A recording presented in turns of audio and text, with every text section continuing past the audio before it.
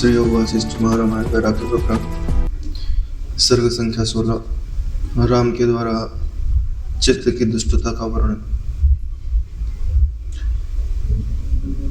श्री राम जी ने कहा, जैसे वायु के वेग से मोर के पंख का अग्रभाग चंचल होता है, वैसे ही यह चित्त कामादि दोषों से चंचल हो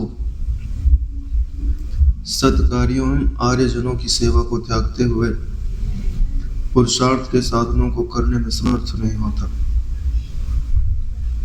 यानी यह जो सर्ग है वो चित्त की दुष्टता के संबंध में है कि यह जो हमारे भीतर चित्त निवास करता है, यानी स्फुरण का वह हिस्सा जो विषयों का चिंतन करता है, जिसे चित्त कहते हैं, अगर उसे स्वाभाविक छोड़ ही दिया जाए तो वो किस ओर गति करता है, उसकी स्वाभाविक प्रवृत्ति क्या है। तो उसकी स्वाभाविक प्रवृत्ति में कहा जा रहा है कि वह सत्कार्यों को और जो श्रेष्ठ जन है उनकी सेवा को करना नहीं चाहता। वह तो विषयों की ओर ही दौड़ना चाहता है। उसे लगता है कि यह विषय ही अमृत से भरे हुए हैं और इन्हीं से मुझे रस सुख शांति प्राप्त होगी, जबकि चित्त का यह स्फुरण या इसकी ऐसी जो गति है वो उसके दुख के निमित्त ही है। जैसे ग्रामीण कुत्ता दीनता पूर्वक यत्र तत्र दौड़ता रहता है, वैसे यह चित्त भी व्यर्थ ही व्यग्र हो यहाँ वहां दौड़ता रहता है। यही जो हमारा चित्त है, ध्यान से देखेंगे तो उसके अंदर कुछ न कुछ व्यग्रता है। व्यग्रता होने पर शांत नहीं बैठता, इधर उधर दौड़ता है। क्या पकड़ूं क्या छोड़ूं, ऐसा क्या पकड़ूं कि सुख हो जाए और ऐसा क्या छोड़ दूं कि सुख हो जाए। और उसे पता नहीं है कि ऐसा करने के कारण ही वह व्यग्र हो रहा है, विकल हो रहा है, व्याकुल हो रहा है। अगर चित्त यह समझ ले कि जहां से मैं स्फुरित हो रहा हूं वही आनंद का स्रोत है, तो जितना झमेला है वो सब खत्म हो जाए। जितनी भटकान है, जैसे कुत्ता भटक रहा है, क्यों भटक रहा है? भोजन की तलाश में भटकता है, तो इसको कुत्ते को तो भोजन ढूंढना है। लेकिन यह जो चित्त है वह भी अपना भोजन ढूंढ रहा है, लेकिन कुत्ते को तो पता नहीं कहाँ मिलेगा। लेकिन उस चित्त को पता है जिसे सत्संग मिल जाता है। और सत्संग के बाद भी चित्त अगर विषयों में भटक रहा है तो नारायण, फिर तो उसका दुर्भाग्य ही है। यत्र तत्र दौड़ते हुए भी कुछ नहीं पाता, क्योंकि जहां वो दौड़ रहा है वो मृग तृष्णा का जल है। काश यदि महाधन आदि कुछ मिल भी गया तो उसकी पूर्णता उसी तरह होती है जैसे बांस या बेत की बड़ी टोकरी में जल की। यानी इधर उधर दौड़ते हुए मान लो किसी पदार्थ की इच्छा की और उस पदार्थ के पीछे दौड़ रहा है और पदार्थ मिल गया, तो क्या उस पदार्थ से उसको सुख मिलता है? दिखता है कि मिलेगा, मगर मिलता नहीं। जैसे बांस की टोकरी में कोई पानी भर के रखे तो कितनी देर चल जाएगा ना पानी। ठीक है, ऐसे ही हमारी मान्यताओं में जो सुख बुद्धि है वह मान्यताओं से क्षण के बाहर चली जाती है। बचता है तो केवल रिक्तता, खालीपना। और इसी रिक्तता के कारण ही तो यह जीव भटक रहा है। भीतर में जो तृप्ति का अभाव है, आनंद का अभाव है, वही तो भटका रहा है। अगर 3 दिन भी कोई अगर ढंग से लग जाए ना, समझ गया हो पहले, और फिर 3 दिन भी अगर परमात्मा की शरण हर श्वास में लेता जाए, एक भी श्वास न छोड़े, तो बहुत ऊंचाई पे खड़ा हो जाए। 3 दिन तो बहुत हो गया है ना। गुरु जी ने बोला हुआ है, उन्हीं का तो बोला पूर्ण शरणागत। समझ लो 3 दिन बाद मृत्यु है, ठीक है? तो अब क्या खाने की इच्छा, क्या पहनने की इच्छा, कहाँ रखने की इच्छा, क्या रखने की इच्छा, कहाँ जाने की इच्छा, सब तो व्यर्थ ही हो गए ना नारायण। तो क्या करना चाहिए भाई? दिन में एक बार भोजन, जितना शरीर चलाने लगा, बॉडी बना के भी क्या करेंगे? 3 दिन बाद तो छूटना ही है भाई। इतना कि शरीर को परेशानी ना हो, भोजन की याद ना, इतना खा लिया बचेगा। बस हर श्वास में मैं वही हूँ, मैं वही हूँ, मैं उसी की शरण हूँ, मैं उसी की शरण हूँ, मैं वही हूँ, वही मेरा है। दोहराते जाओ, क्या पता किस उछाल में तुम्हारा हाथ परमात्मा पकड़ ले, है ना? उछल रहे हो ना हर श्वास, ये चिंतन परमात्मा की तरफ से एक उछाल है। जैसे छोटा सा बच्चा गिर गया, और पिता चाहे तो हाथ से भी उठा सकता है, लेकिन वो सोच रहा है कि देखे कितना ये उछल सकता है, तो थोड़ा हाथ ऊपर करके रखे, बोले उछल, यहाँ तक आएगा तो मैं तुम्हें पकड़ लूंगा। वही है, बच्चे ही है। तुम अपने उछल के देहाध्यास से पार नहीं जा सकते, तुम्हारा हाथ कोई पकड़ता है। चाहे उसे आप गुरु बोल लो, चाहे परमात्मा बोल लो, चाहे इष्ट बोल लो, चाहे जो बोल लो, उछलने पे कोई हाथ तो पकड़ता है। वे तो कहते हैं यहाँ फल साधन तेन होई, तुम्हारी कृपा आओ कोई कोई। और क्या बिना साधन के हो जाता है? नहीं ना। दोनों चीजें लगती और लगती ही है। हे मुने, जैसे कोई मृग अपने समूह से अलग जाल में फंसकर कभी सुख नहीं पाता, वैसे ही दुष्ट आशाओं के जाल में आबद्ध यह मन सदा शून्य ही रहता है, कभी सुख नहीं पाता। जैसे मृग है, ज्यादा चतुर बन गया, जहाँ सब लोग चल रहे थे वहां नहीं चल रहा है, देखा बहुत हरी हरी घास है, यहाँ कोई क्यों चरने नहीं जा रहा है? गया दौड़ के खाने के लिए, अकेले बोले अकेले ही खा लेता हूँ, दूसरे को बुलाऊंगा तो दूसरे लोग भी खाएंगे। गया, जाल बिछाई हुई थी उधर, सबको पता था कि भाई जो पुराने हिरन होते हैं ना, उनको पता होता है, क्योंकि उन्होंने कई बार देखा होता है, तो सबको बताते रहते इधर इधर मत जाना। लेकिन जो नए नए होते हैं ज्यादा फुदकते रहते इधर, तो वही पकड़े जाते। समूह से जो बिछड़ा वो पकड़ा जाता है। जो भैंसे वगैरह भी समूह में रहते हैं तो शेर शिकार नहीं करते, एक आध भैंसा इधर उधर दिख गया तो भी पकड़ते हैं। समूह में तो भैंसे उठा फेंक दे शेर को, हाँ, एक को पकड़ दे तो 2-3 भैंसे लग जाते हैं। ज्योग्राफी में दिखाते रहते हैं। वो चीज यहाँ बताई जा रही है कि जब तक तुम परमात्मा से मिले हुए हो, ठीक है, तब तक तुम्हारे मन को आशाएं बांध नहीं पाती। जब आशाएं बांध नहीं पाती तब तो तुमको दुख नहीं है। लेकिन जब तुम परमात्मा से अलग हो गए, यानी अपने झुंड से अलग हो गए, अपने आत्म तत्व से अलग हो गए, तो आशाओं का जाल बना करके तुम्हारे मन को बांध लिया जाता है। अब जब हिरण को बांध दिया गया तो चिड़ियाघर में ले जाकर डाल देंगे, खाना की गला ही काट देंगे, हाँ, मटन बना खा लेंगे। दो ही तो काम करेंगे, और क्या करते हैं उसका, हल जोतने काम थोड़ी आएगा। हाँ, तो नारायण जीवन भर समझ लो चिड़ियाघर में डाल दिया तो जीवन भर उसको जाली में ही रहना है। पराधीनता का जीवन जो देंगे वो खाना है, तो उसको सुख नहीं मिलता। जैसे मन ने पदार्थों की इच्छा की तो पदार्थों के कारण सदा सुख थोड़ी रहता है। कभी थोड़ा सुख लगेगा, फिर कभी दुख लगेगा, कभी चिंता आएगी, कभी परेशानी आएगी, और अंत में तो मामला सब बिगड़ जाता ही है। जैसे जैसे वृद्धावस्था आती जाएगी तो जो सुख है वो भी दुख बनते जाएगा। प्रारंभ में भले थोड़ा सुखाभास लगे,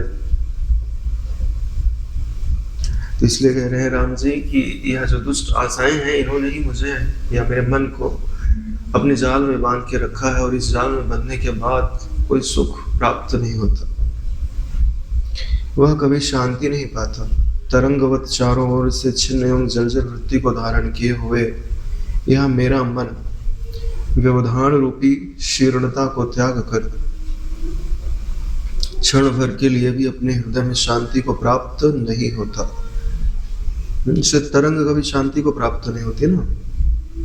जैसे तरंग है तो तरंग उठती है तो पत्थर से जाकर टकराती है, पत्थर से टकराती है तो नाना प्रकार के बिंदुओं में, बूंदों में बिखर जाती है।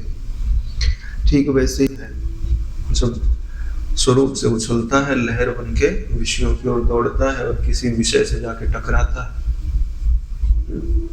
तो बिखर जाता है। तो बोलते नहीं हमारा मन बिखर गया। तो यहाँ पत्थर जो है ना, कड़ी प्रतिकूलता से आप समझ लो कि आप चाह रहे हो लेकिन आपके एकदम विपरीत हो गया। तो उसी में तो लोग डिप्रेशन में चले जाते हैं, कई लोग सुसाइड कर लेते हैं, क्या क्या होता है। वही चीज बता रहे हैं कि मन व्यवधान रूपी शीर्णता को त्याग कर। हाँ, तो ये जो व्यवधान आया तो उससे टकराया तो उससे क्या होगा, जीर्ण शीर्ण तो होगा। फिर उसे शांति कहाँ प्राप्त होती है? शांति तो पूर्णता में है नारायण, बिखरने में थोड़ी ना शांति। जो आत्म तत्व की ओर चलते हैं उनके मन पर अगर चोट भी की जाए, चलो एक बार उनका मन बिखर भी जाए, तो वो तुरंत बिखरे मन को समेट लेते हैं और फिर से अपने लक्ष्य की ओर चलना प्रारंभ कर देते हैं। जो अपने बिखरे मन को समेटना जिसको आ गया उसे कोई बिखेर नहीं सकता। तुम करोगे भी क्या, तुम बिखेरोगे इसे ना, वो फिर से एक हो जाएगा। हालांकि बस यही है कि मन ऐसी जगह नहीं गिरना चाहिए जहां उसका अस्तित्व मिट जाए। वे बिखरा कहाँ, बिखरा लेकिन गिरा पानी में ही, तो फिर से एक हो जाएगा। लेकिन बिखरा और गिरा रेत में, तो फिर क्या एक होगा? बात समझ रहे भाई? चित्त चाहे जहां जहां जाए, अगर वहां तुम परमात्मा को देखते हो तो पानी में जाके गिरा ना, तो फिर से एक हो जाएगा। लेकिन तुम्हारा चित्त जहां जहां जा रहा है वहां तुम परमात्मा को नहीं देख पा रहे, तो नारायण रेगिस्तान में गिरा, फिर वहां से एक नहीं होगा। 50 जगह तुमने मन को बांटा और 50 जगह तुमको ये अलग वो अलग वो अलग, तो ऐसे रेत में गिरा है कि फिर एक नहीं होगा नारायण। एकाग्रता नहीं सदेगी, शांति नहीं मिलेगी। हाँ, जैसे मंदराचल के आघात से क्षीर सागर का जल दौड़ता है, उसी तरह यह मेरा मन सदैव विषयों के ध्यान से विक्षुब्ध होकर दौड़ता रहता है। जैसे समुद्र मंथन करना था तो मंदराचल को लेके गए, हाँ तो मथेंगे तो क्षीर सागर शांत थोड़ी रहेगा। ठीक वैसे ही है कि यह जो मन है, मन रूपी जल है, इसमें जो इच्छाएं हैं वही मंदराचल है। अब इच्छाएं होने के कारण इच्छाएं एक इधर खींचती है और एक इधर खींचती है, दोनों विक्षोभ चालू हो जाता है। इच्छाएं ना हो तो मन शांत हो जाएगा ना। तरंगवत भोगों के उत्साह रूपी भंवर से युक्त, माया रूपी मकरों से परिपूर्ण इस मन रूपी महासागर को रोकने में मैं सर्वथा असमर्थ हूं। राम जी कह रहे कि मैं ऐसे मन को रोकने में मैं सर्वथा असमर्थ हूं जिसमें भोगों के उत्साह रूपी भवन है, यानी भोगों की इच्छा और उसकी ओर चलने के लिए बड़ा बल दिखाई दे रहा है मन के अंदर, बड़ा उत्साह है संसार को पाने का। माया रूपी मकरों से परिपूर्ण, मकर यानी मगरमच्छ, जो जाओ तो उनको खा ही जाए। तो ऐसे ही तुम्हारे चित्त के अंदर बड़े बड़े मगरमच्छ हैं जो तुमको चिंतित कर देते हैं, दुखी कर देते हैं। वो हैं तो तुम्हारे चित्त में ही ना, जो तुम्हारे चित्त में ना हो तुमको दुखी नहीं कर सकते।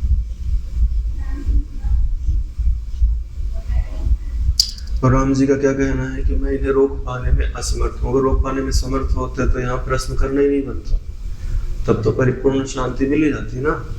राम जी कहते हैं कि हे ब्राह्मण, सदैव भोग रूपी दुर्वा का अभिलाषी यह मन रूपी मृग गड्ढे में गिरने की चिंता न कर दूर दूर तक दौड़ता रहता है। जैसे मृगों को फंसाना है तो गड्ढा खोद के ऊपर पतली पतली लकड़ियां लगा के घास रख देते हैं, दौड़ेगा, घास देख के जाएगा और गड्ढे में गिर जाएगा, पकड़ लेगा। यही ट्रैप तो आपके मन के लिए भी है नहीं? ये जो मोबाइल देखो तो कितना सारा एडवर्टाइजमेंट किया जाता है।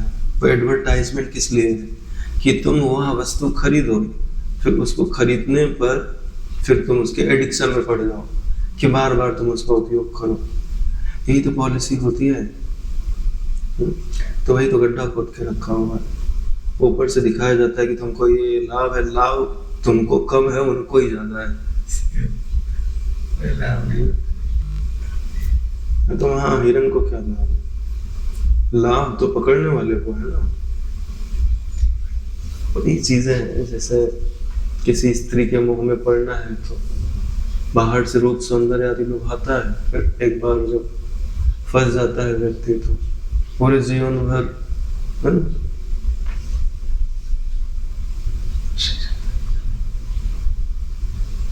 निकल कहाँ पाते हैं। कमाते रहो, खर्च करते रहो, कमाते रहो, खर्च करते रहो, निकलना भी नहीं चाहते। निकलना चाहे तो भी कहाँ निकल पाता। बड़ी बात क्या है, शरीर से करता रहे वो बात अलग है, उसका मन इन्वेस्ट हो जाता है ना। बड़ी दिक्कत की बात तो ये, मन इन्वेस्ट नहीं होना चाहिए।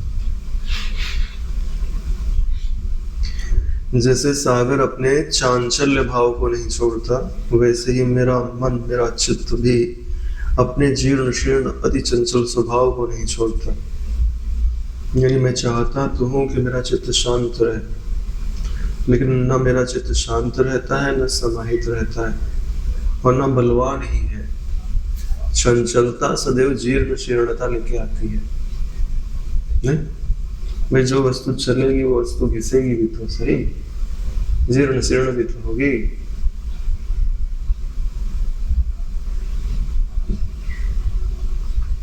मेरा यह चित्त अति चंचल स्वभाव वाला है तथा चिंताओं के समूह के कारण अति चपलता को ऐसे धारण करता है जैसे पिंजरे में स्थित सिंह धारण किए रहते हैं।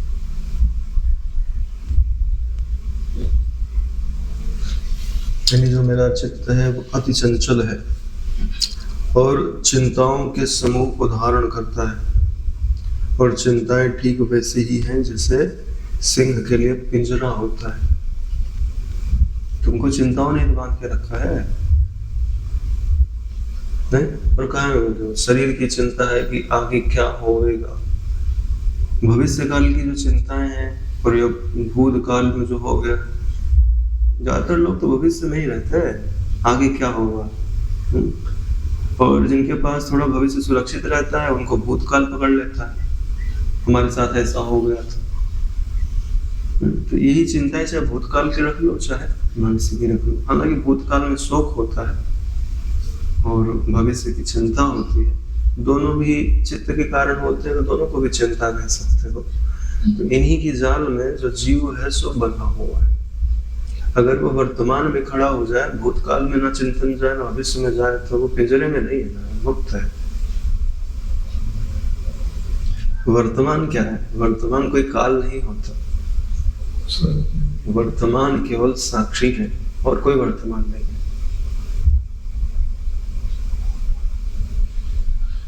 यह मन मोह रूपी रथ में आरूढ़ होकर शीघ्रता पूर्वक देह से समदृष्टि रूप सभी सुख ऐसे हरण कर लेता है जैसे जल मिश्रित दूध में से दूध को ले लेता है।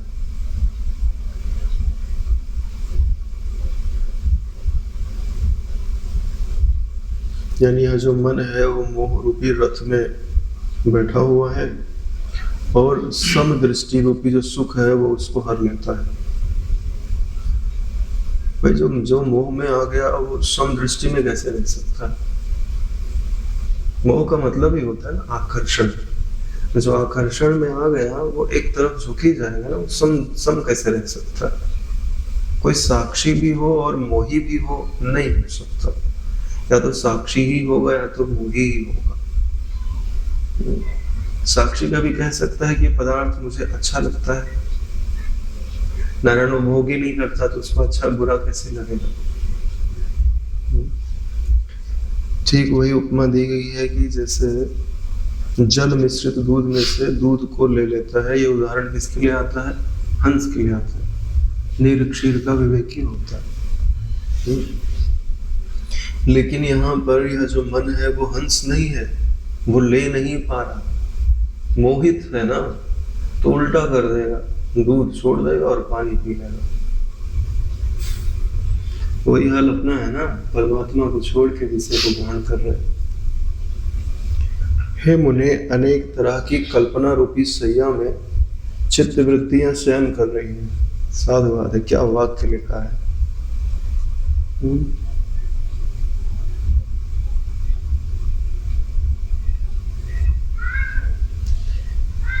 अनेक तरह की कल्पना रूपी शैया में चित्त वृत्तियां शयन कर रही हैं। जब सोती हैं तब कब सोती हैं? कोई संसार का चिंतन चलते रहता है, उसी में सो जाती है। तो सो कहाँ रही है? कल्पना रूपी सैया में शयन कर रही है ना। परमात्मा रूपी सैया में शयन करे तो नारायण ब्रह्म हो जाए। यही तो हम कब से चिल्ला रहे हैं, सोना सीख लो, ठीक से जगना सीख लो, हो गई साधना। बस दो ही काम करना है, क्या? ठीक से सोना और ठीक से जगना। तो बाकी तो 8 घंटा 6 घंटा तो सोते ही हो। 6 घंटा समाधि में कितनी उन्नति, कितना उन्नत चित्त हो जाए। करना क्या है? कभी कभी तो मेरा ऐसा मन होता है कि प्राणायाम तुम चाहे शाम संध्या को करो चाहे ना करो, सोने के पहले प्राणायाम करो। पर ब्रह्म में जाना है तो शुद्ध होना चाहिए ना, चाहे नारायण। वैसे भी तुम लोग 5 बजे भोजन कर लेते हो और सोते 10 बजे हो, 5 घंटा तो ऐसे ही हो गया है। अब जो 9 बजे भोजन करते थे वो तो बात अलग थी, तब का जमाना अलग था। पद्मासन लगाओ, अनुलोम विलोम कर लो, यानी प्राण तुम्हारे अच्छे तरीके से चलने लगे। फिर 10-15 मिनट गुंजन कर लो, आत्मचिंतन करते हो। फिर सब छोड़ के जो चारों तरफ शून्य तत्व है उसी को देखो। अभी आकाश में सोया जाता है ना, तो आकाश को फील करना पड़ेगा, वही ब्रह्म है। एक एक अंग पे नजर डालो, उसको आकाशवत बनाते हुए धीरे से आराम से लेट जाओ, वही आकाश में। शरणागति का भाव करके सोना चाहिए। अहम ब्रह्मास्मि बोलते रहोगे तो नींद नहीं आएगी। मैं परमात्मा में जो तत्व है उसी में अपने चित्त को, यानी जो अहम ब्रह्मास्मि बोलता है ना, उसको भी तो छोड़ना है। तुम थोड़ी बोलते हो अहम ब्रह्मास्मि, चित्त वृत्ति बोलती है ना, तो उसको भी तो सुलाना है। समझ लिया यही ब्रह्म है, बस वही इसी में विश्राम पा रही है, खो गई। अब ब्रह्मास्मि बोलने की जरूरत तब होती है जब अब्रह्मता का कुछ भय हो गए। जब ब्रह्म ही ब्रह्म है तो फिर हाँ, किसके लिए बोलना है अहम ब्रह्मास्मि? पहचान लिया, एक बार समझ लिया, फिर वहां तो शरणागति विश्राम पाना, फिर सो जाओ। आधा घंटा ज्यादा थोड़ी लगेगा। 10 मिनट थोड़ा प्राण संयमित करने में लगाओ और 20 मिनट गुंजन में लगाओ। 20 मिनट में गुंजन में समझ लो कि 30 गुंजन होगा, ज्यादा 27 गुंजन होगा। नहीं, और कितना लगेगा? एक मिनट में 2 गुंजन से ज्यादा थोड़ी होता है। हाँ, आकाश तत्व में सोना, शून्य में सोना सीख लेना चाहिए। शून्य में ले जाना है, शून्य को देखते हुए। हाँ, कई लोग बोलते हैं कि हम तो शून्य में पहले से ही हैं। अरे भाई, शून्यता में व्यापकता होनी चाहिए, ठीक है, तब तुम शून्यता में हो। नहीं तो क्या शून्य हो जाना शून्यता थोड़ी कहलाती है। वेदांत में शून्यता का अर्थ शून्याकाश है, शून्य अंधकार नहीं है। शून्य अंधकार अलग चीज है। शून्य जड़ता नहीं है, शून्य आकाश चेतनता है। यह अंतर है बौद्ध धर्म में और वेदांत में। जड़ तो सभी हो जाते हैं, नींद में चले गए, पता नहीं, जड़ पत्थर के जैसे पड़े। उससे थोड़ी ब्रह्म बोध, ब्रह्म शांति आती है। हाँ, तो नारायण कहाँ चल रहे थे? अनेक तरह की कल्पना रूपी सैया में चित्त वृत्तियां शयन कर रही हैं, वे किसी तरह से नहीं जागती। राम जी कोशिश तो कर रहे हैं कि अब जग जाएं, लेकिन तो ब्रह्म भाव नहीं है ना, तो जगेंगी कैसे? कोई ना कोई वृत्ति तो पकड़ ही लेगी, और उसी में सो रही है, उसी में जग रही है। मैं फलाना हूँ, अच्छा हूँ, बुरा हूँ, उसी में सो रहे हो, उसी में जग रहे हो, फिर बोलते हो बोध नहीं हो रहा। कहाँ से होगा? हाँ, जो कॉस्ट्यूम तुमने पहन लिया है, नाटक के लिए दिया गया था, तुम उसको उतारे नहीं रहे हो। अरे भाई उतारो, आईने के सामने जाओ, देखो मैं क्या हूँ। हाँ, जो रावण का कॉस्ट्यूम पहना दिया गया है 10 मुख वाला, तुम उसको उतार ही नहीं रहे हो। और आईने के सामने जाते हो तो भी तुमको तुम्हारे 10 ही मुख दिखाई देता है। तुम भ्रांति में आ गए कि कहीं यही तो मैं नहीं हूँ। नहीं हो जाता है? हो जाता है मगर कई बार लोग अपनी आइडेंटिटी ही भूल जाते हैं कि मैं क्या हूँ। वही तो हुआ है, तुम देह थोड़ी ना हो, लेकिन देह का कॉस्ट्यूम तुमने ऐसा पहना नाटक के लिए कि अब तुम उसे उतार ही नहीं रहे हो। पहले भाई तो विचार दिया जाता था, तो जब तक व्यवहार है तब तक कॉस्ट्यूम चाहिए, जब व्यवहार छूट गया तो कॉस्ट्यूम उतार दिया जाता है।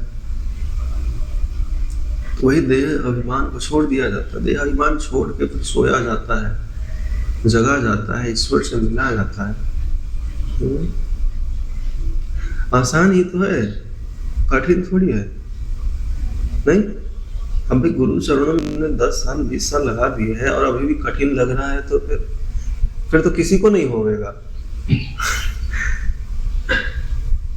नहीं, अरे भाई दुनिया में ब्रह्मज्ञानी कितने गिनती के होंगे, और फिर उनके भक्तों की संख्या भी, फिर उनमें से जो उनके आश्रम में रह सके, सानिध्य मिल सके, उसमें इतने काल तक मिले, और फिर ब्रह्म विचार का मन हो गए, तुम ब्रह्म विचार समझने लग जाओ, कितना दुर्लभ अवसर है। अब तुम क्या चाहते हो कि यहाँ से भी हम नीचे गिर जाए? बहुत दूर तक तो आ गए हो ना, 2 कदम और चलो तो ब्रह्मा आ जाओ।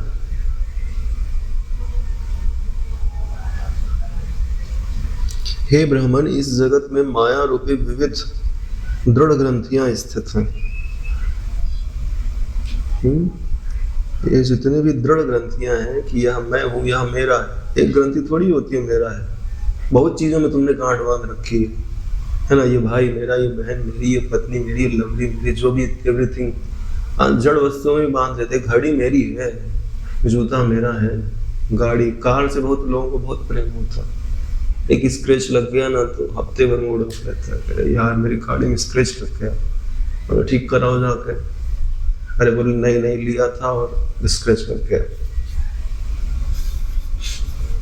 और चलाने नहीं था उसको, घर में बना कांच के उसमें बना के 100 पीस बना के रखना चाहिए। जिनमें तृष्णा रूपी सूत्र में रहने वाले इस चित्त द्वारा वैसे ही मैं आबद्ध हूँ जैसे जाल में पक्षी बना रहता है। इस तृष्णा का जाल बनाया गया है और हमारे चित्त रूपी पक्षी को बांध लिया गया है। इसलिए ये जो चित्त है ना, उसी पिंजरे के अंदर ही रहेगा ना। फिर जाल बंध गया तो वो पिंजरा कौन सा है? देहाध्यास का। देह से बाहर हम जा ही नहीं पा रहे। नहीं, ले जाओ ना बाहर, कौन रोक रहा है? जाल सच्चा नहीं, कल्पना का है ना। वही बात है, वो खच्चरों को गलों को बांधने वाली बात है। रस्सी थी नहीं, खाली घुमाया और उसको लगा के बांध दिया गया है। नहीं, जाल सच्चा नहीं है, जाल है ही नहीं है। देखो ध्यान से देखो, दिख रहा है क्या? जाल है। अरे नारायण मन को भी शरीर बांध ले, संभव ही नहीं है। मन निराकार है, शरीर साकार है। आकाश से भी सूक्ष्म है मन। आकाश को बांध सकता है शरीर, तो मन को क्या बांधेगा? फिर भी बांध ले जाता है। यही तो आश्चर्य है। वास्तव में शरीर मन को नहीं बांधता, मन स्वयं शरीर से बंधता है। जो बलवान होगा ना भाई, 2 एक्सीडेंट होता है तो जो बलवान गाड़ी होती है उसी के सिर पे दोष दिया जाता है, ऐसी गलती रही होगी। ठीक है, ऐसे ही भाई शरीर थोड़ी बांध सकता है। शरीर की अपेक्षा मन बलवान है, मन सूक्ष्म है। मन तो हाँ, छोड़ नहीं पा रहा। तो किसने पकड़ा है? बीड़ी ने पकड़ा है हाथ, कि तुमने पकड़ा है बीड़ी को? इसका कारण मोह। मोह का कारण अज्ञान। अज्ञान का कारण, अज्ञान का क्या कारण होता है? अज्ञान का कोई कारण नहीं। अज्ञान अज्ञान कारण है। अभ्यास गुरु के कारण से होता है। हाँ भैया, अभ्यास की ही तो बलिहारी है यार। है नहीं। कुछ है नहीं मगर बहुत कुछ हो गया है। है नहीं पर समझ लेता है, पर वो इतना का अभ्यास हो गया कि उसको थोड़ा समय तो लग जाता है। पहले का जोर इतना ज्यादा है कि वो कर ही नहीं पाता। करेगा, देखा 2 दिन करेगा, तीसरे दिन यार छोड़ो, अभी बहुत समय है, सातत्य में रहता। छूट जाता है, फिर पहले का जोर पकड़ना शुरू नहीं होता। पहले वही प्रॉब्लम होता है। अभ्यास करते हैं, में फिर स्वरूप से तादाद में इसका रीजन पता है? कितना समय आपने इसमें जो पॉकेट में लिख के रखना चाहिए। मूलाधार चक्र परिमार्जित है। मूलाधार चक्र जिसका परिमार्जित हो जाए ना, वो उसके जीवन में सातत्य आ जाता है। तो मूलाधार परिमार्जित कैसे हो गए? अब उसके लिए भी तो सातत्य चाहिए। छोड़ो झंझट ही छोड़ो। स्वरूप से में तो प्रत्येक दिन भर में पहले ये चीजें होती थी कि जो गुरुजन होते थे वो तब तक अपने शिष्य को अकेले अभ्यास नहीं करने देते थे जब तक उसका मूलाधार चक्र परिमार्जित नहीं हो जाता। तब तक अपने साथ में रख के अपने साथ में ही उसको साधना कराते थे। तो क्या फायदा होता है? भाई गुरुजन बैठे हैं तो करना ही पड़ेगा ना। इच्छा रहे न रहे, चलो इच्छा रहे न रहे, नहीं तो डंडा पड़ेगा। तो इस रीजन के कारण मूलाधार चक्र एक बार परिमार्जित हो गया तो अब जरूरत नहीं रही। अब वो अकेले में साधना कर सकता है। लेकिन अब कलयुग का समय है तो इतना कहाँ मिल सकता है।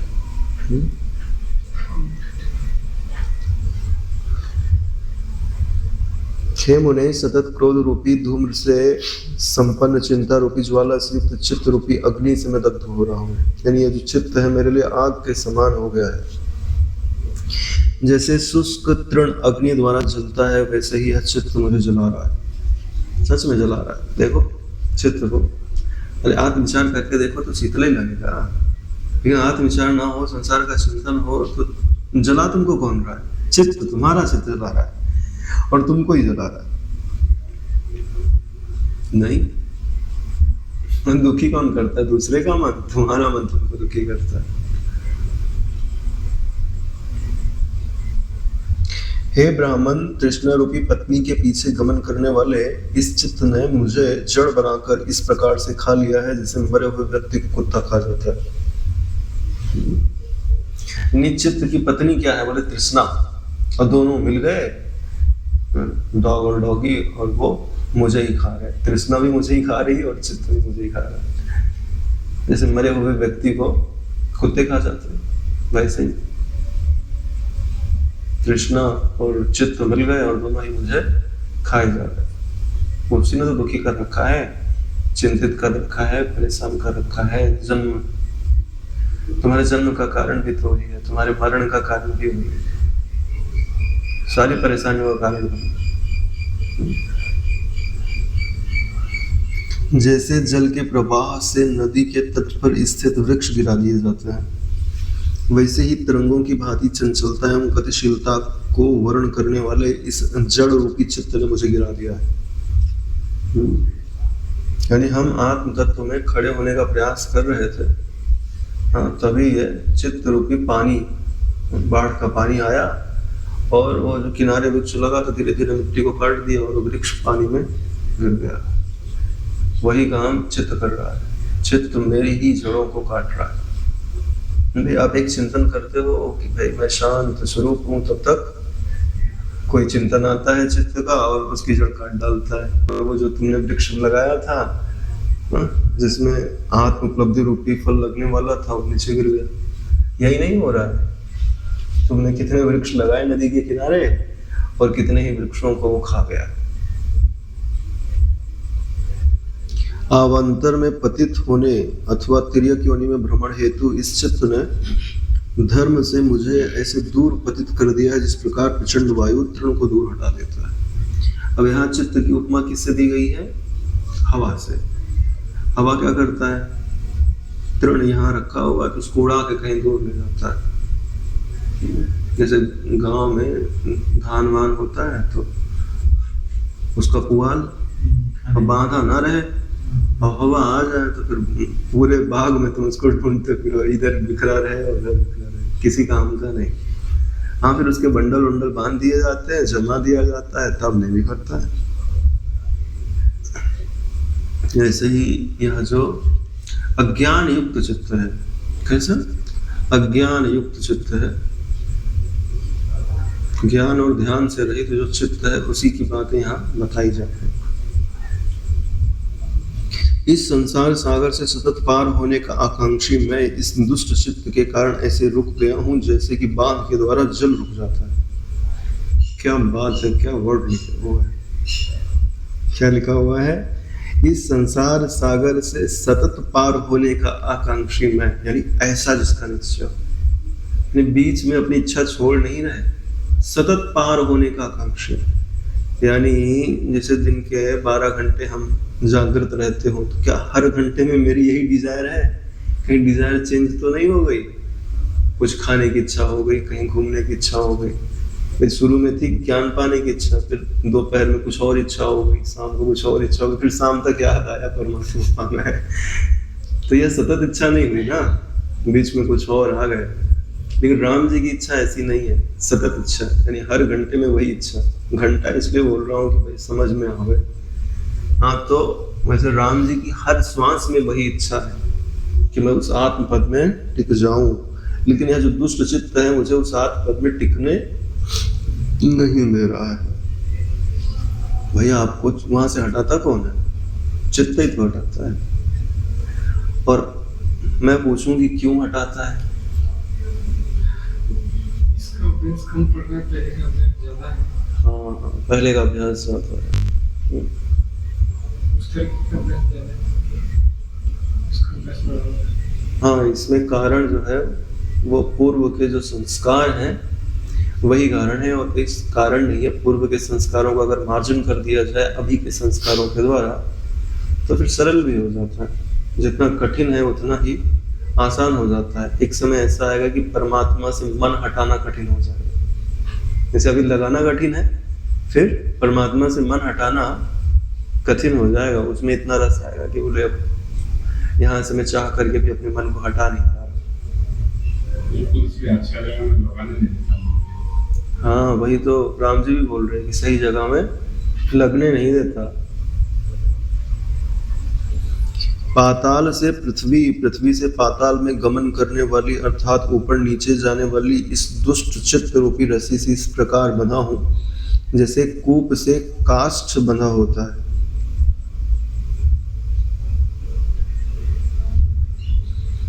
जैसे भाई हमको इस चित्त रूपी रस्सी से हमको बांध के लटका दिया गया, तो लटका दिया गया तो फिर उसको लटका के छोड़ा नहीं गया, उसको धक्का देके घुमाया जा रहा है, कभी ऊपर जा रहा है कभी नीचे जा रहा है। ऐसे चित्त रूपी रस्सी से तुम बंधे हुए हो। और कोई जैसे बालक जो है ना, काट को धागे से बांध के हाथ में ऐसे ऐसे घुमाता है, वही हालत हमारी हो गई है कि हम चक्री बन गए हैं।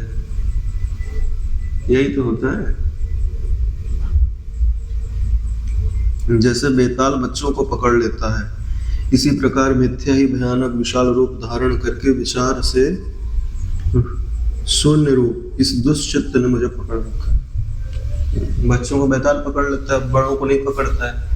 क्यों? क्योंकि बेताल होता ही नहीं है। वो बच्चों ने कल्पना कर ली कि यहाँ बेताल है, उसने मुझे पकड़ लिया तो बीमार हो जाता है, फिर झाड़ा फूका जाता है तो भ्रांति निवृत्त होती है, तब ठीक हो जाता है। हाँ, छोटे बच्चों को वो दृष्टांत अलग। तो अपना छाया को देख के भी डर जाते। हाँ, तो वो भी तो डरते होंगे ना। तुम क्या समझते हो? उनके पास मन नहीं है, सबके पास मन है ना। वो विषय अलग है, चालू करेंगे तो बहुत लंबा हो जाएगा। अभी जो समझाना चाह रहे हैं समझ लेते, ठीक है भाई। वास्तविक भी बेताल होता है, उसकी बात नहीं है यहाँ। वो उस वाले बेताल की बात कर रहे हैं जो नहीं है, सिर्फ कल्पना के कारण ही आपको पकड़ लेता है। नहीं तो बेताल तो ऐसे भी होते हैं कि वो निपटा ही डाले, बड़ों को भी निपटा डाले, बच्चों की तो बात ही छोड़ दो, है ना। विक्रम बेताल की कथा भी तो प्रसिद्ध है। कभी सुनाएंगे यार, मस्त वाली कथा। 25 कथाएं सुनाई थी उसने, लेकिन उसका हितैषी था बेटा, जान बचा दिया की, नहीं तो बलि दे ही देता, तांत्रिक जो लगा हुआ था। इसका एक आध्यात्मिक अर्थ भी होता है, कभी करेंगे चर्चा उसकी, एक दिन पूरे ही करेंगे,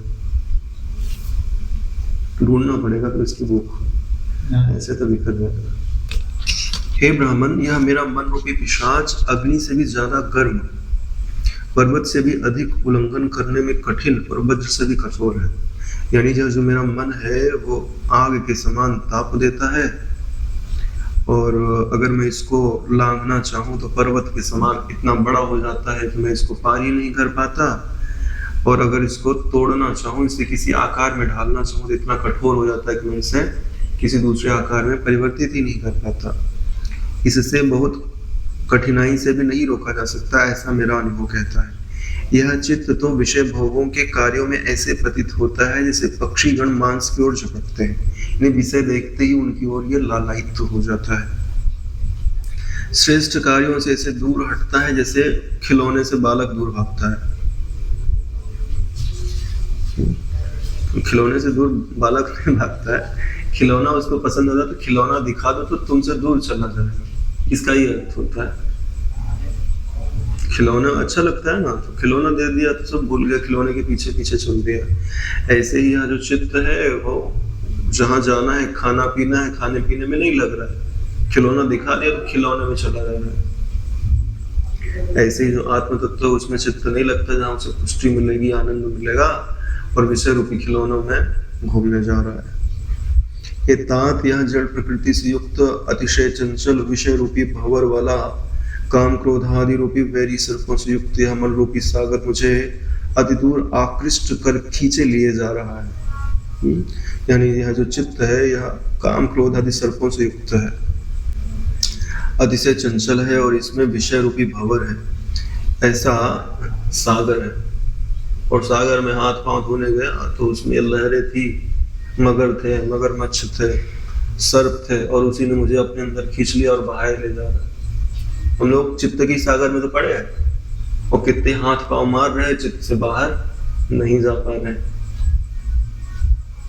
और कहाँ तुम डूब रहे हो, जिसको बोला था ना भव सागर, वो भव सागर कौन सा सागर है? ये लोगों में तुम डूब रहे हो क्या? तुम अपने चित्त में ही डूब रहे हो, नहीं लगता तुमको ऐसा? और कहाँ डूब रहे हो? तुम्हारी कल्पनाएं ही तो बताती है कि तुम पापी हो, तुम पुण्यात्मा हो, तुम स्वर्ग जाओगे, तुम नरक जाओगे, ये अपना है, ये पराया है।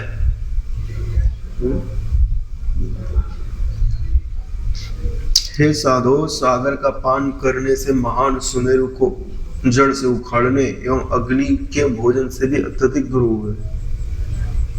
चित्त को वश में करना, चित्त को वश में करना, तुम सागर पीना सरल है, सुमेरु को उखाड़ना सरल है, और अग्नि का भोजन करना सरल है, मगर चित्त को वश में करना कठिन है। भाई जब चित्त अपने पूर्ण रूप में आता है, अभी आपने इतना सत्संग सुन लिया, अभ्यास किया, उसकी बात अलग है, ये प्रारंभ की बात बताई जा रही है। तब अरे समझ नहीं आता चित्त है क्या, तुम बस में क्या करोगे?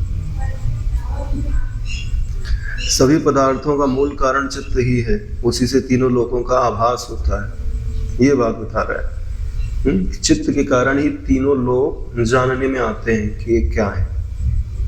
समस्त पदार्थों का मूल कारण यही है, इसके नष्ट होने पर जगत भी नष्ट हो जाता है। अतः इस चित्त को यत्न पूर्वक अवरुद्ध करना चाहिए। अगर आपने चित्त को अवरुद्ध कर दिया तो सारा जगत अवरुद्ध हो गया। इसे तो बोलते हैं योग। क्या है? चित्त वृत्ति निरोधा। चित्त वृत्ति का निरोध कर दिया तो उसी को योग कहते हैं। योग का अर्थ परमात्मा से एकता होती है। जब आप परमात्मा से एक ही हो, जब चित्त निरुद्ध हो गया, तो भले तुम जानो चाहे न जानो। हे मुने, चित्त द्वारा ही समस्त दुख सुख इस प्रकार प्रकट होते हैं जैसे महान पर्वत से वन प्रकट होता है। यानी सारे सुख दुख का जो आश्रय है या प्रकट करने वाला है वो क्या है? चित्त है। जैसे पर्वत है तो है, पर्वत है तो वन आदि है, पर्वत नहीं है तो समंदर में वन होगा, पर्वत पे ही तो होगा।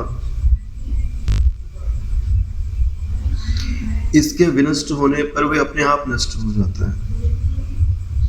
जिस चित्त को वश में करने से शांति आदि गुणों को पाने की आशा महान लोगों ने रखी है, उसी बलशाली वैरी चित्त को जीतने के लिए मैं तत्पर हूं।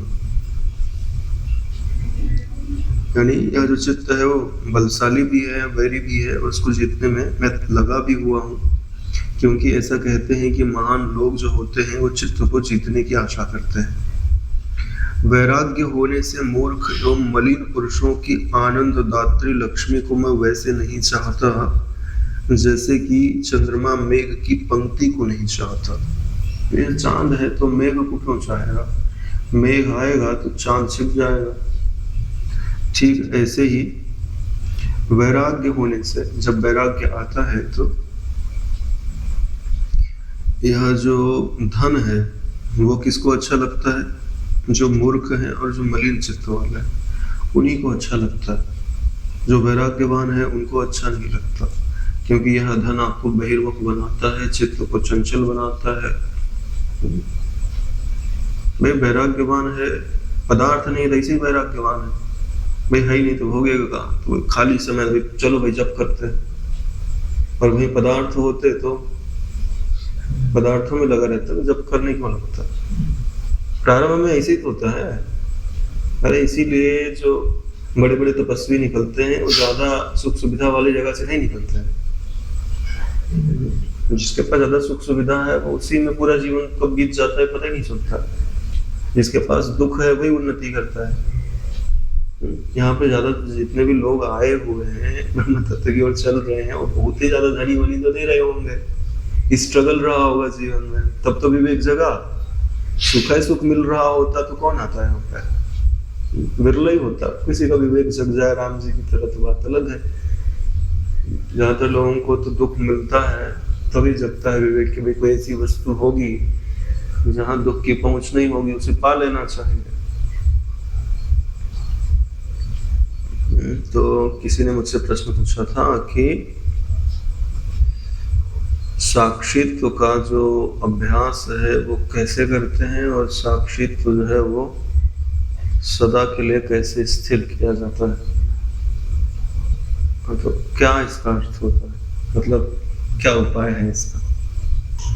जिसको भी अपना साक्षित्व स्थिर करना है वह बिना अजपा गायत्री के नहीं होता है। जैसे जिसको भी दही से मक्खन निकालना है वो बिना मथे नहीं निकलता है, ठीक वैसे ही बिना अजपा गायत्री के ठीक ठीक न साक्षित्व का अनुभव होता है, न साक्षित्व स्थिर होता है। कठोर है मगर सत्य है।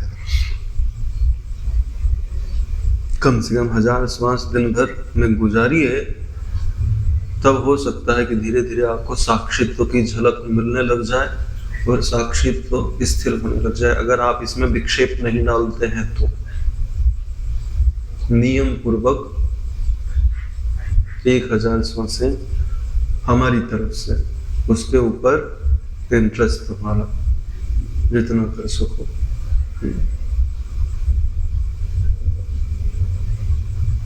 कब करते हो, कैसे करते हो, तुम्हारे ऊपर। लेकिन इतनी सांसें तो इस चिंतन के साथ शरीर को अपने मानस नेत्रों से देखते जाओ, यहां मैं नहीं। यानी आपके चित्त वृत्ति में शरीर दिखना चाहिए, कुछ समय तो देखना चाहिए प्रारंभ में। इस शरीर से अलगाव के लिए तो तुम साक्षित्व का अभ्यास कर रहे हो, दोहराना पड़ेगा ना कि यह मैं नहीं हूं। तो यह तो दृष्टि में आना चाहिए। जैसे किसी को पता ही ना हो कि तुम किसके बारे में बोल रहे हो तो क्या बोलेगा, क्या समझेगा? मानस नेत्रों से शरीर सिर दिखे, श्वास अंदर गया। चलो एक बार में शरीर में नहीं समझ में आता है तो यह सिर में नहीं हूं।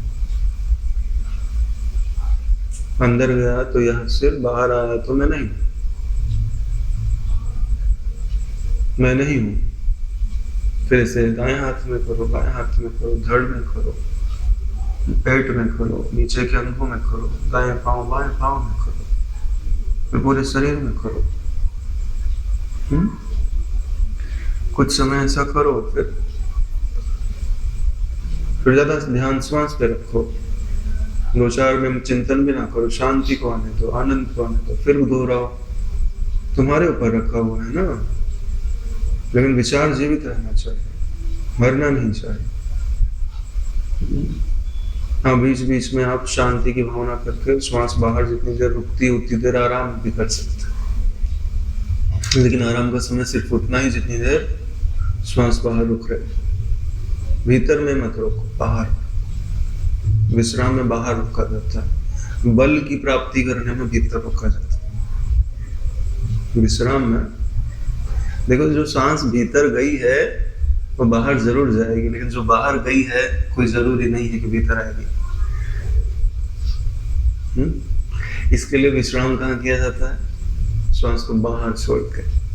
हाँ, श्वास भीतर जा करके तुम समाधि में चले गए तो उसको सविकल्प समाधि बोलता है, और श्वास बाहर छोड़ के तुम समाधि में चले गए तो उसको निर्विकल्प समाधि बोलता है। क्योंकि सविकल्प समाधि टूटेगी, लेकिन ऐसा हो सकता है कि निर्विकल्प समाधि टूटे ही ना और तुम परमात्मा में मिट जाओ, क्योंकि भीतर गई तो निकलेगी ना नारायण। हाँ, निर्विकल्प समाधि भी 2 तरीके की होती है, एक सबीज, एक निर्बीज। अगर तत्व ज्ञान सुना हुआ है तो निर्बीज समाधि रखते हो, तत्व ज्ञान नहीं सुना हुआ है, अपना मैं उस सत्ता में अर्पित नहीं किया है तो सबीज समाधि है। उसको जगना पड़ेगा, ब्रह्मज्ञानी महापुरुष ढूंढने पड़ेंगे और उनसे आत्मबोध लेना पड़ेगा, क्योंकि उसे अनुभव तो है मगर उसे पता नहीं कि इसको क्या बोलते हैं। जैसे मशीन ला लिया, सब कुछ फिटिंग विटिंग करा लिया, लेकिन अब चलाते नहीं आता, या बना भी रहा है, चला भी रहा है, लेकिन समझ नहीं रहा कि इसका उपयोग क्या है। तो फायदा क्या हुआ? घाटा भी तो नहीं बोल सकते, मगर है, मगर मतलब लाभ नहीं हो रहा है।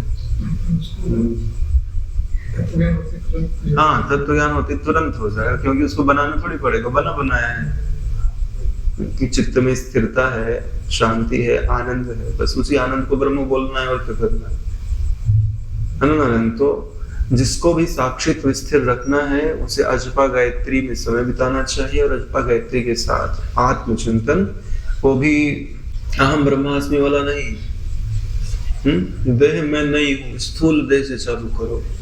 प्रारंभ में वहीं से किया जाता है, यह देह मैं नहीं हूँ, तब तक करो जब तक स्वाभाविक प्रश्न यह न उपजे कि मैं क्या हूँ, बनावटी नहीं। कई बार हम बता देते हैं, लोग जो है ना कूद जाते हैं, तुम्हारे चित्त में उपजना चाहिए। भाई ये तो हमने करके देखा है, क्योंकि हमको कोई बताने वाला ही नहीं था, तो यह मैं नहीं हूँ, हाँ बढ़िया, बस हो गया। फिर बाद में समझ में आया, अगर यह मैं नहीं हूँ तो क्या और कहाँ रहता हूँ। सबसे बड़ी दिक्कत इस बात की है क्या, कि मैं रहता कहाँ हूँ। क्यों? क्योंकि शरीर से अपने आप को अलग कर दिया, तो शरीर से अलग हूँ तो कहाँ हूँ? शरीर के पीछे, तो शरीर के पीछे भी तो संसार है, तो मैं कहाँ हूँ? अगर शरीर और संसार दोनों एक ही है और शरीर में नहीं हूँ, तो फिर मैं कहाँ हूँ? मैं कहाँ से खड़ा होके इसको देख रहा हूँ? कुछ प्लेस तो होगा। यह प्रश्न अपने आप उपजना चाहिए, हमारे बोलने से नहीं उपजना चाहिए, क्योंकि जब तुम अभ्यास करोगे तो तुम्हारा अभ्यास ही बतावेगा। भाई पहले ऐसे ही तो बताया जाता है कि तुम शरीर नहीं हो, तो शरीर से अलग, यानी देशगत पृथकत्व का हम अभ्यास करते हैं। कौन सा? देशगत पृथकत्व होता है, कालगत पृथकत्व होता है और वस्तुगत पृथकत्व होता है। तीन के अलावा कौन सा पृथकत्व होगा? तो जो अभ्यास प्रारंभ में किया जाता है, चाहे आप देशगत बोल लो या वस्तुगत बोल लो, लेकिन वस्तुगत हम इसलिए नहीं बोलते क्योंकि हम तो कोई वस्तु है ही नहीं। जैसे शरीर एक वस्तु है, वैसे इसका प्रकाशक तो वस्तु के रूप में प्राप्त नहीं होता। हाँ, वो निराकार वस्तु हो सकता है। तो हमारा तो यही कहना हुआ कि पहले स्थूलता यानी मोटा मोटा काखा गाघा लिखना का अभ्यास करो, और उसमें जो सहारा है वो अजपा गायत्री का लेना चाहिए। चलो नारायण जी विश्राम लेते हैं। इति वैराग्य प्रकरणे चित्र दौर आत्म्यम नाम षोडशः सर्गः। ओम कायेन वाचा मनसेन्द्रियैर्वा करोमि यद्यत् सकलं परस्मै श्री सद्गुरुवे समर्पयामि। ओम सहनावतु सहनौ भुनक्तु सह वीर्यं करवावहै तेजस्विनावधीतमस्तु मा विद्विषावहै। ओम शान्तिः